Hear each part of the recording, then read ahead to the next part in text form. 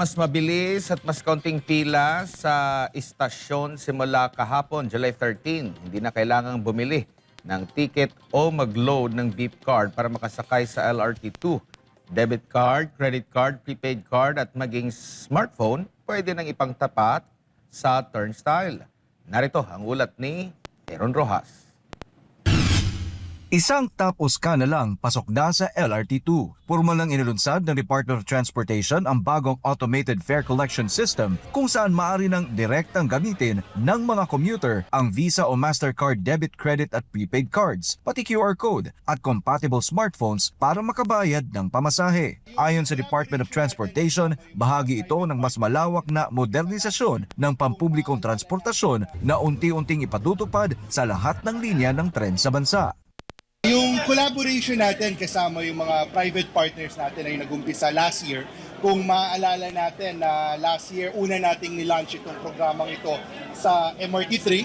So ngayon, LRT2 naman at kasunod ay LRT1. So magpapatuloy tayo dito sa ating partnership and collaboration hanggat lahat ng linya natin ay masaklaw nitong programang ito.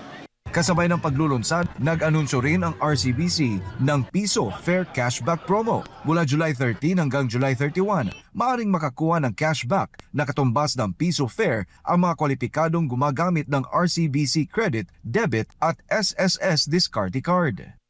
Yung Piso Fare is exclusive for RCBC cardholders, no, debit and credit. And lahat po ng milyon-milyong may SSS Discarte Card users, yun po ay exclusive po, magagamit po nila yung Piso Fare mula ngayon hanggang katapusan ng buwan na ito. Ayon sa RCBC, LRT2 muna ang isinunod sa cashless payment rollout bago ang LRT1 na may mas maraming istasyon at kasalukuyang sumasailalim sa extension project patungong Parañaque. The Filipinos deserve better, especially in transit, because if you look at it, the ordinary Filipino, their first payment transaction when they leave their home going to their office is transit. And if you also look at it from the end of the day, before they go home, their last payment transaction is also transit.